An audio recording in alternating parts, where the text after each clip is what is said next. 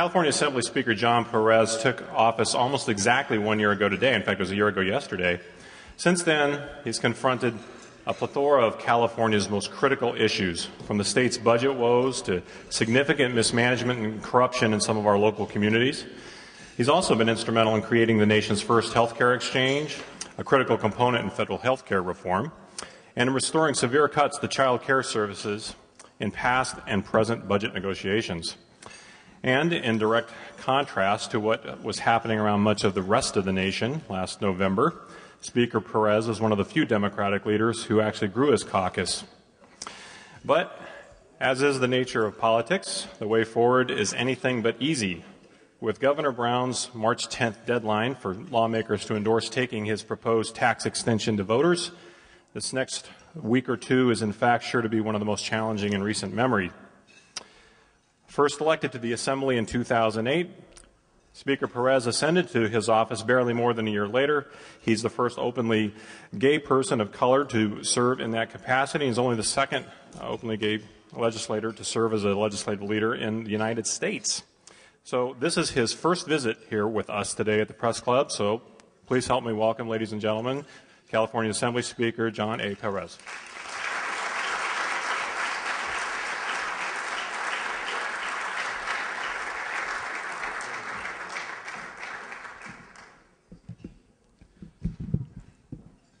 I want to thank you for inviting me to the Press Club lunch. It's nice to see you all holding your knives out in front of you in the open for a change. I had wished that you had invited me to the Press Club's Oscar party instead, but you didn't. I understand Jim Sanders' step on a line. I understand Jim Sanders' Black Swan costume was the hit of the evening. I was feeling pretty good about coming today and speaking to all of you until Rich told me that I was only a fill-in for Sutter, who was double booked today. These are clearly tough times for the media like the rest of us in California, but I want to know that I'm doing my part to help you weather the storm. Because of me, the city of Vernon will soon be taking out major ads in all of your outlets. Just think about it for a second. Throwing around big money, hiring top consultants. How could that possibly be a formula for failure in California? I hear Mike Murphy's even going to be moving his production company to the city of Vernon, thanks to me. So, before Shannon gives me the hook, I'll go to the more serious facts. And actually, let me just do a couple of things to correct the record, just since we're on the record. I was the only Democratic legislative leader in the country to grow my caucus. The only one to defend every incumbent and to pick up a seat with a Republican registration advantage. And I was the first gay speaker anywhere in the country, without respect to race. Rhode Island followed California. Now that we've got that, this is clearly going to be a very challenging year for our state. We're once again addressing a multi-billion-dollar budget shortfall, and I hope that we're soon going to come to resolution on that. California is still reeling from the recession. Our unemployment rate is still catastrophically high. Too many Californians can't find decent quality jobs that will allow them to provide for their families. The collapse of our economy has led to a collapse in our state's finances, and we're still very much struggling to cope with the fallout of the recession. Despite these challenges, it's an honor to serve California right now, and quite frankly, it's an honor that I didn't believe I'd have when I was growing up. I can still remember my first trip to the state capitol. I was 16 years old, and I was here as part of the American Legion's Boys State program, a program that does great work to bring kids to the Capitol and help them better understand how our government can and should work. But coming into that Capitol building that day during my Boys State week, it was a magical moment. It was something almost electrifying to walk into the building and stand on the assembly floor and look around and understand that this was a place where so many groundbreaking pieces of legislation had been debated and been decided. And I think back to that moment and the fact that I didn't think then that I would ever have an opportunity to serve in the legislature, much less serve as Speaker of the Assembly. At that point in our state's history, only a handful of Latinos had been elected to state office. Only one Latina had been elected to state office at that point in time, and there had not been any openly gay folks. Just a few years before, Harvey Milk had been assassinated, and the prospects of a kid like me growing up to serve in the legislature and ultimately being Speaker was something that was really unfathomable to me. But in retrospect, I guess I looked around and thought that if those folks in the legislature could get elected, so could I. And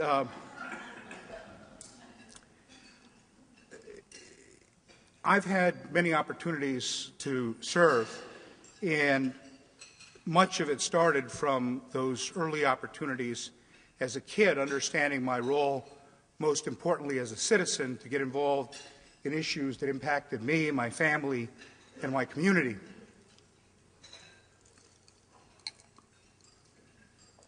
Around that same time, a couple of things that happened that were very important in my life.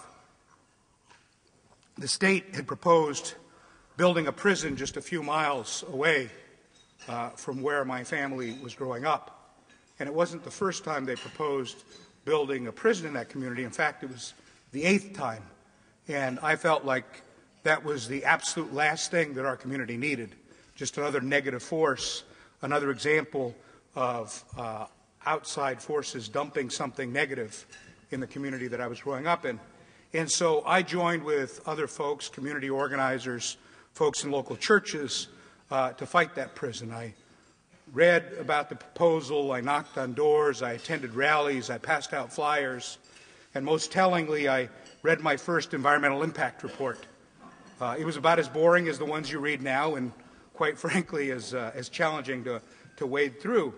But I learned a lot of lessons in that process. And one of the lessons I learned is that in politics, every action has an equal reaction, much as it does in physics. A couple of weeks ago, we were on the floor of the Assembly commemorating the centennial of Ronald Reagan's birth, and there were tributes coming from members from both parties talking about Ronald Reagan's legacy. The day before, I had been watching Meet the Press, and Ronald Reagan's son, Michael, was on Meet the Press talking about those things that motivated Ronald Reagan to get involved in politics.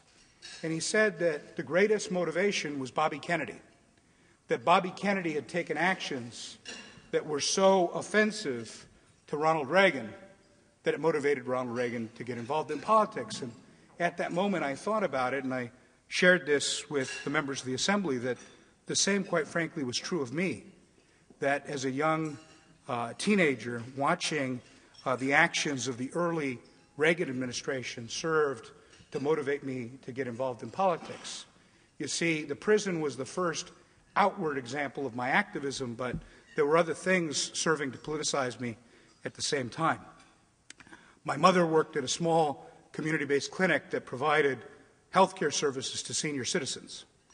And because of actions by the Reagan administration, the funding for her clinic were coming under attack. My father had worked as a sheet metal worker by day and a cook by night, and he was injured in an industrial accident and was left permanently disabled.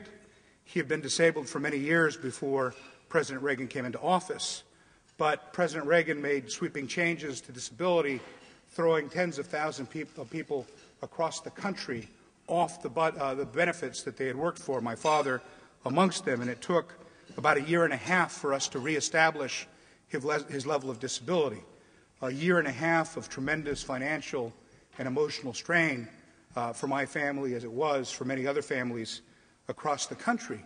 I came to realize that much good and much bad could come based on political decisions, and that it was not in my interest to let other people make those decisions for me without having a role myself, and that propelled me to get involved in politics broadly.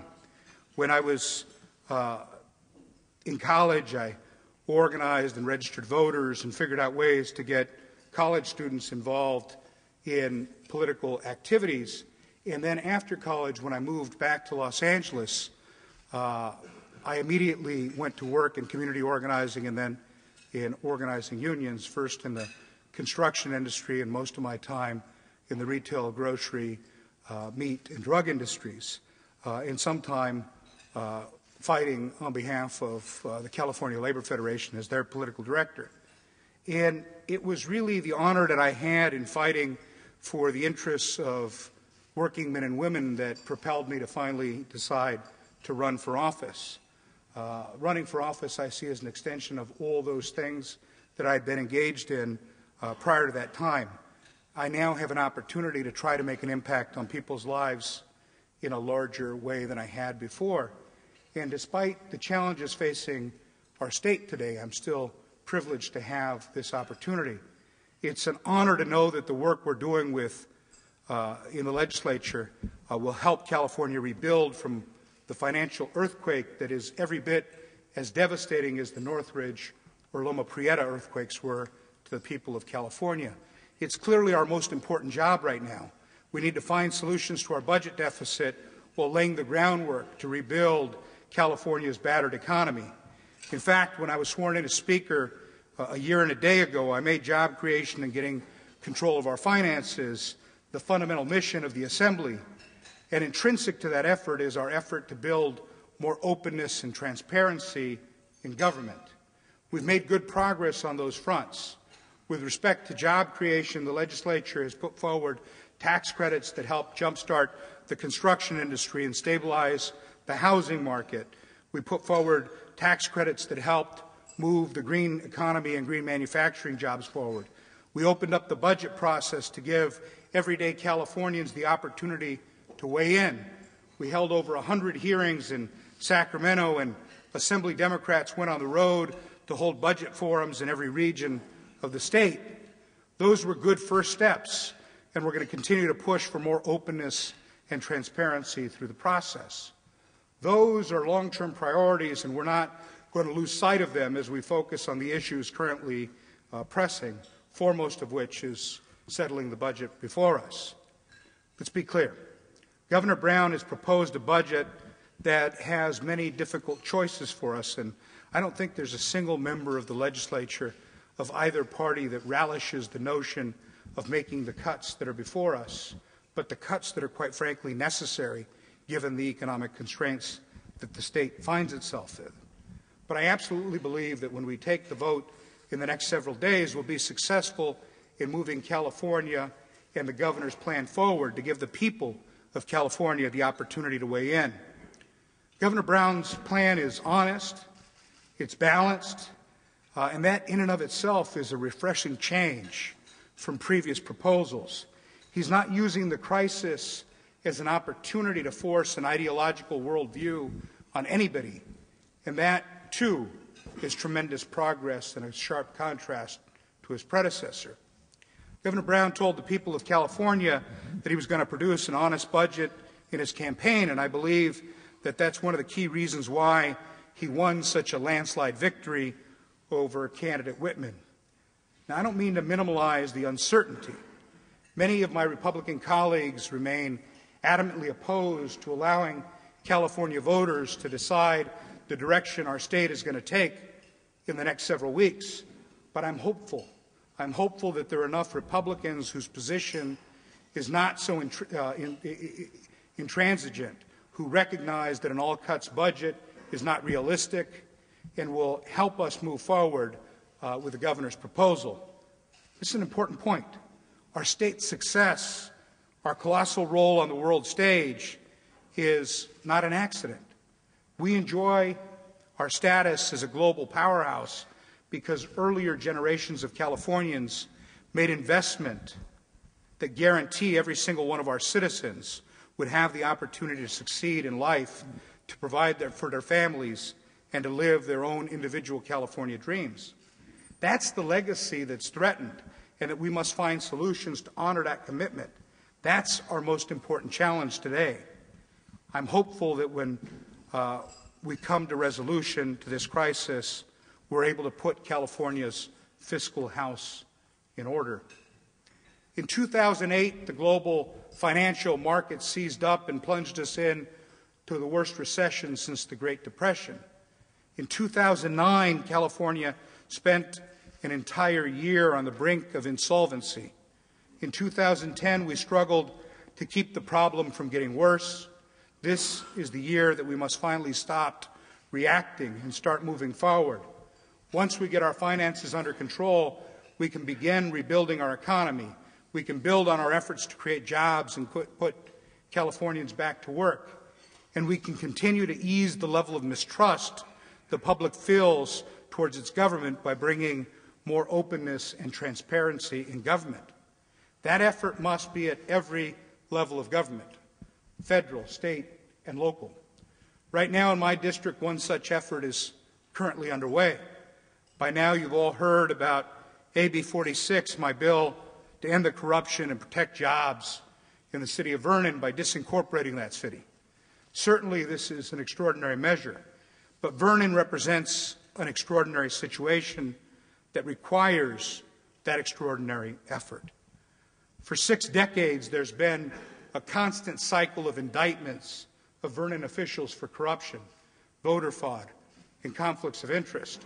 The first indictments were handed down in the 1940s, and the most recent ones just in October of this past year. Vernon is not a city by any normal sense of the word. They provide virtually no services to the small number of residents who live there. No parks, no libraries, no senior centers, none of the other amenities that exist in cities where the government responds to the concerns of voters. Indeed, Vernon officials never have to worry about being responsive to their residents and their residents' concerns. Almost every person who lives in Vernon lives in city-owned housing. The city controls all but 4 houses in its jurisdiction. And their rent is heavily subsidized, paying anywhere from $200 to $400 a month. Residents either work for the city or are connected to city officials through ties of blood or marriage. This means that functionally the city is both the landlord and employer for the entire community. And when government has that level of control over its population, corruption is the inevitable result. Just a quick read through articles in the LA Times or today's Sacramento Bee or New York Times tells a compelling story about what's going on in Vernon today. This is a city where the city council has a history of using any means necessary to silence and eliminate opposition. The last mayor of Vernon was mayor for 50 years. 50 years. From 1984 to 2006, there were no elections in the city of Vernon. Nobody ran against the incumbents. Why? Because the city controlled who lived in the city. When a firefighter tried to run for office, he was evicted from his house and threatened with his job.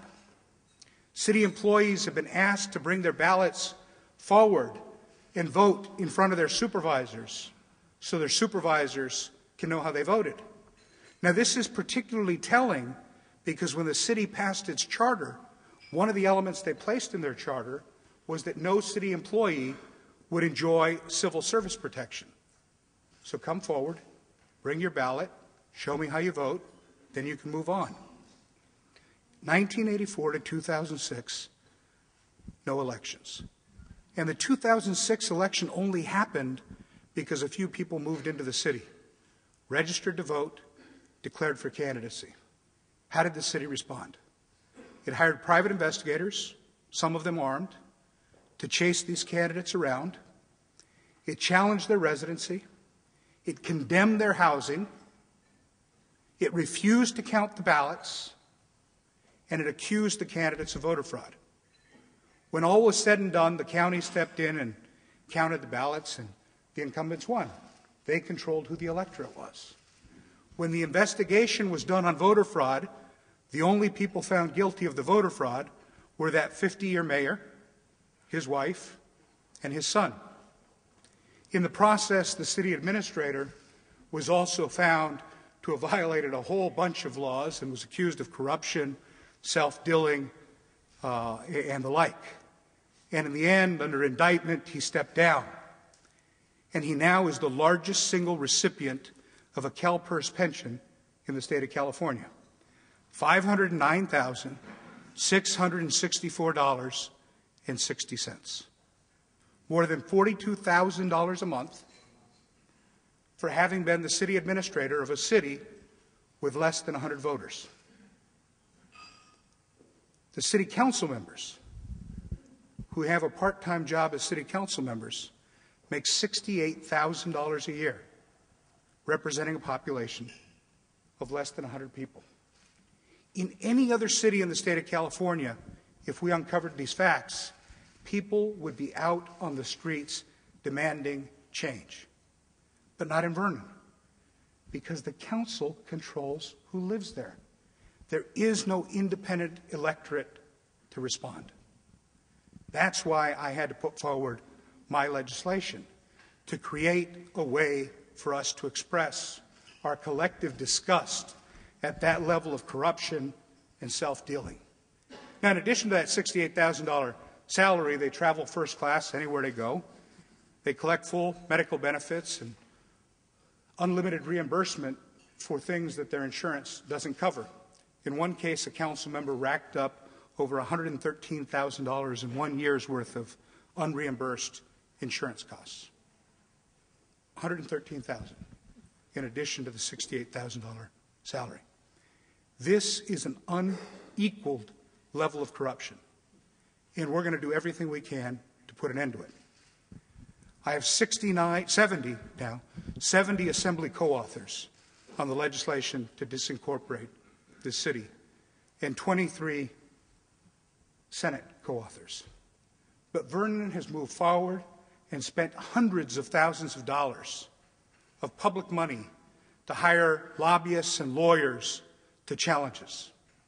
It is not a hyperbolic statement to say that they now have more lobbyists, lawyers, and consultants than they do residents.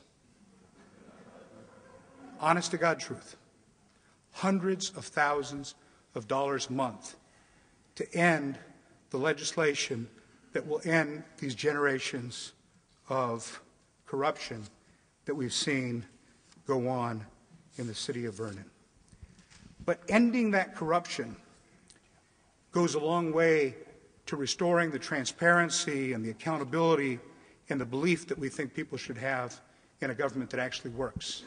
So it really fits with our broader challenge in terms of creating transparency and openness at government of every level. Our state is clearly facing monumental challenges. We're living through a period of history that will be remembered for generations, and that's a very sobering fact. But I'm confident that we'll succeed. To paraphrase President Clinton, there is nothing wrong with California that can't be solved by what's right with California. It's profoundly true, and that's exactly how we're going to solve our challenges, together as a state in a way that keeps faith with the legacy of greatness that has made our state such an iconic place in the world. And that's why I'm so fortunate to serve right now, because that is a challenge worthy of California. Thank you.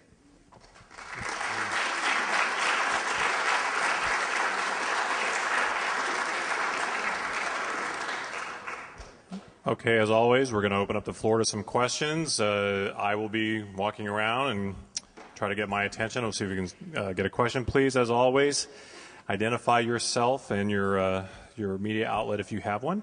We're going to start right here. Thank you for being here, Mr. Speaker. Mary Ann Russ, Capitol Public Radio. To go to the budget, the topic of the hour of the month, I'm wondering if you are considering, given the deadline coming up, Governor Brown's deadline on the 10th, are you considering trying to put the tax extensions on the ballot without Republican support? No. Why not? First of all, there is not a single legal analysis that I think holds any water that says we could legitimately put this question before the voters on a simple majority vote.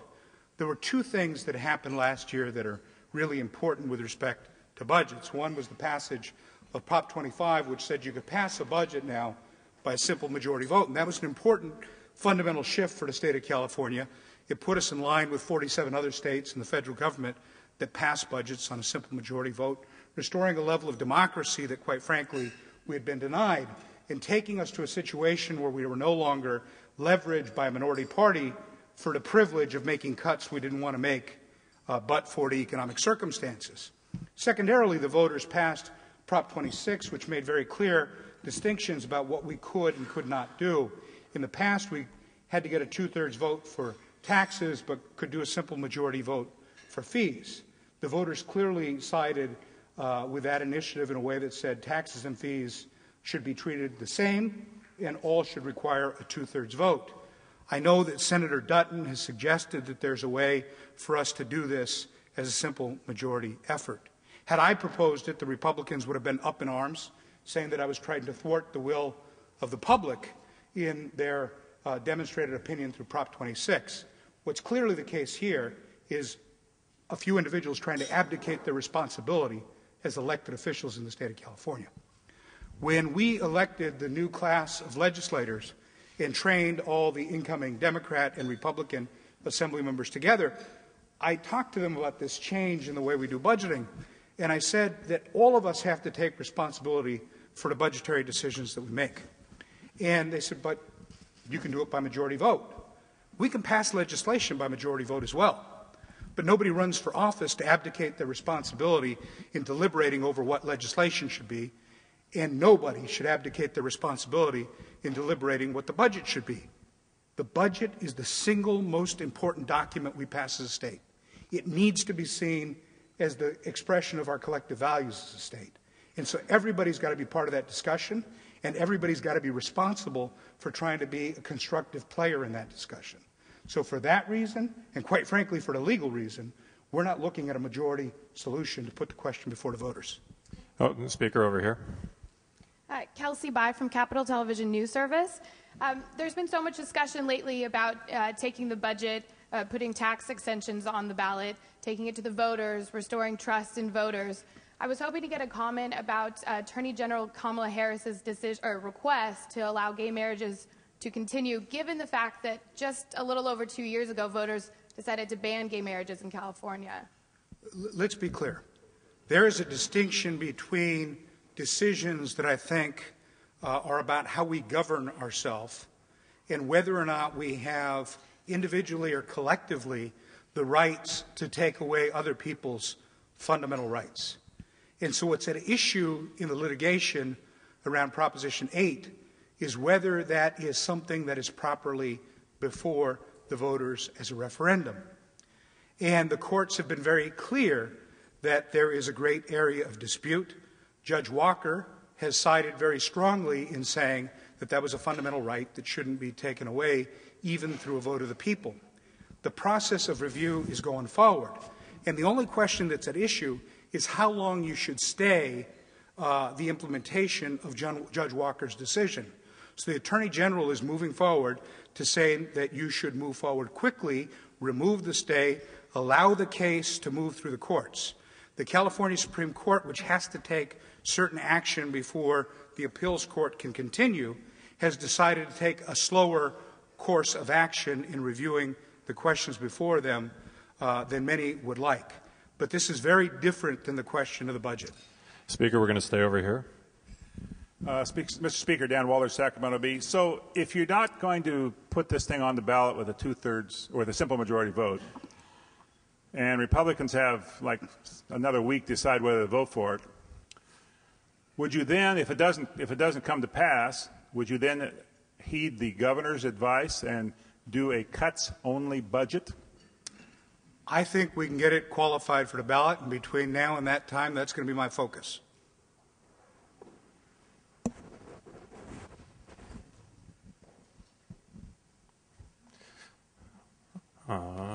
Mr. Skelton's got a question up front. I see him. Getting to him is another thing. All right. If you cannot get it on. Although I'm not sure that it was smart of me to draw attention to the fact that you wanted to ask me a question. Never mind, Mr. Skelton doesn't have a question. Okay, George Skelton, LA Times. If you cannot get it on the ballot, what about making a deal with a couple of Republicans and just passing the tax increase with a 2/3 vote and sending it down to the governor and forcing him to make a decision about breaking his campaign promise? I don't think it's any easier to get 2 Republicans to vote to enact the taxes than it would be to get them to put the question before the voters. And the governor's been very clear that this is a fundamental belief of his. And so I don't want to challenge that notion, one. And two, I think as a practical matter, it is not easier to get people to vote for the taxes than it would be to get them to qualify the question before the voters. Right here. Judy Lynn with the Associated Press. I was wondering, we haven't seen Big Five meetings this budget season, and I wonder... I'm very happy to note that. Okay. If you remember, when I got sworn in as Speaker, I said that I wanted to do away with Big Five and that I thought the budget should be negotiated in the open process through committees and subcommittees. We tried very hard last year. In the end, we weren't able to stick with that because Republicans wouldn't put forward a single idea in public. They would only do it behind closed doors in Big Five discussions. To this point, we've gotten this far in the legislative process with all open hearings. The budget subcommittees and committees have done a great job. The conference committee has been doing great work. We've been able to do it in the light of day. And I'm hopeful that we're going to continue to be able to do it in the light of day. And I'm hopeful that Republicans in the next few days will come forward with the ideas that they think are necessary to get them to agree not only to the cuts, but to put the question of extension before the voters. Okay, so you still don't see a Big Five ahead? Correct.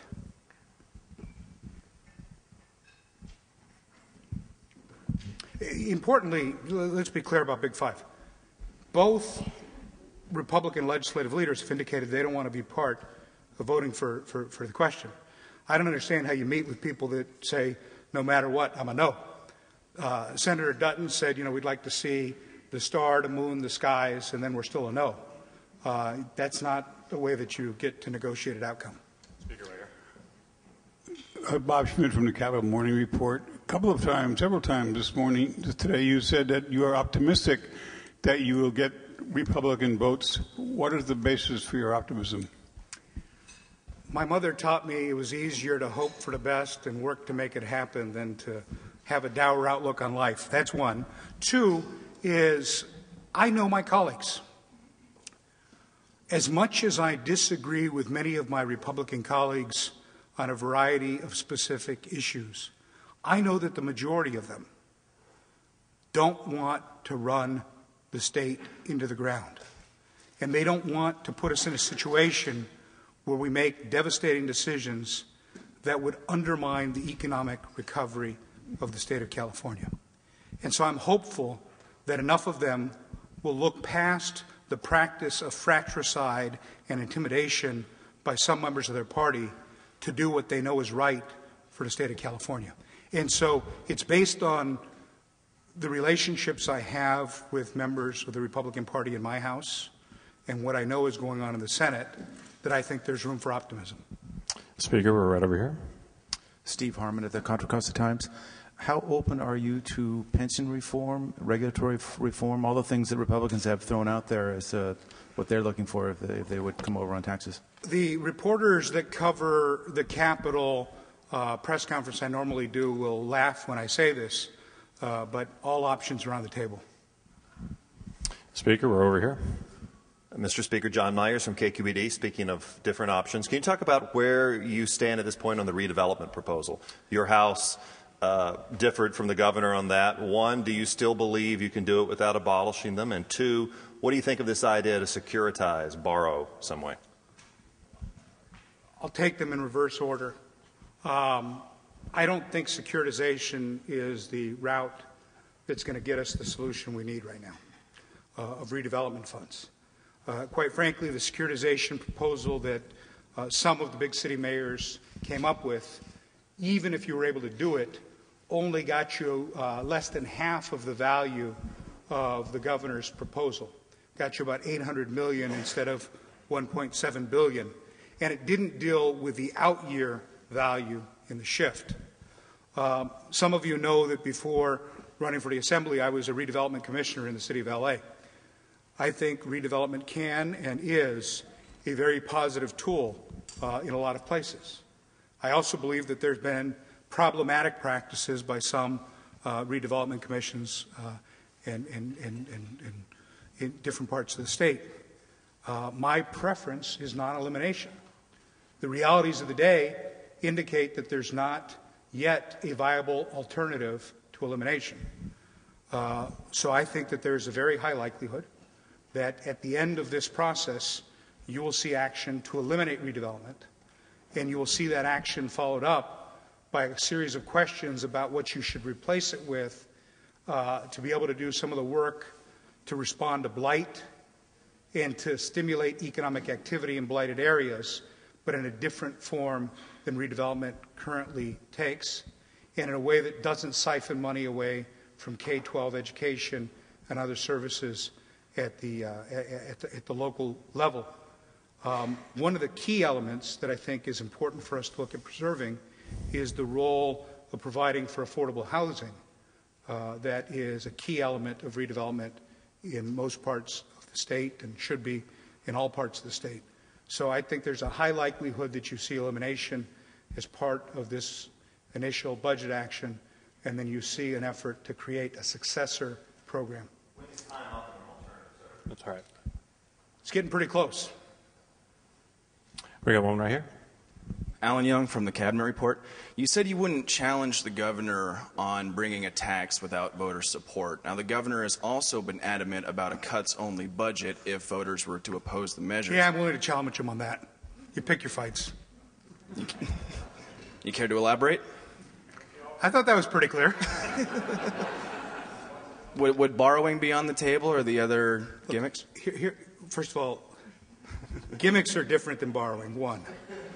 Two, there have been a series of proposals. The LAO has proposed a whole set of varieties of alternatives to do a workout plan over multiple years. But I don't think we're there yet. I think we're still in a place where we can qualify the tax extensions for the ballot and try to explain to the voters the value of doing that, hope that they pass it, and if they don't, then we have to look at what all the alternatives are. And I don't mean to be cute in saying all options have to be on the table. But taxes would be on the table. All options have to be on the table. So that is challenging the governor. No. It's not. He's saying that he won't put any taxes forward without a vote of the people. Are you saying that we should never, ever look at doing a tax again? No. It's saying that, consistent with his logic, if you tried to put a tax proposal again in a future solution, he would argue that it would still have to go to the people, and you'd have to wait for that to happen. I hold him. It's less that I'm not willing to challenge him in the logic of his decision, but take him at his word that he won't do it absent a vote of the people. We have time for just one or two more here. Oh, hang on 1 second here. All right. Ben Vandermeer, Appeal Democrat. For local governments, particularly at the county level, there's the concern that with realignment, if the programs are shifted down to the county level, there won't be the funding to come with them. How likely is it that that will come to pass? I think realignment is likely to come to pass, and I think there's a lot of work to figure out the details of that realignment. I talked to representatives from counties about what some of those details need to look like. It is a complicated process, and it's going to take some time for us to do the workout plan on that. We got time for one more here. Oh, I knew there was one over here somewhere. Hi, Ken Smith. Just assuming that the tax measure makes the ballot in June, there'd be another measure on the ballot, another tax measure, in this case, a tobacco tax initiative. What do you see the interplay of those two, and does it affect the overall voting, or does it affect the potential for the governor's plan? I haven't fully figured out what the interplay between those two are. Hopefully it increases turnout, because I think it's always better to have more people vote than fewer. And I think in most cases people will view them as very distinct sets of questions before them. So I would hope that it doesn't have any splash effect on the question before us, which is how do we bring some closure to this ongoing budget crisis that we've had?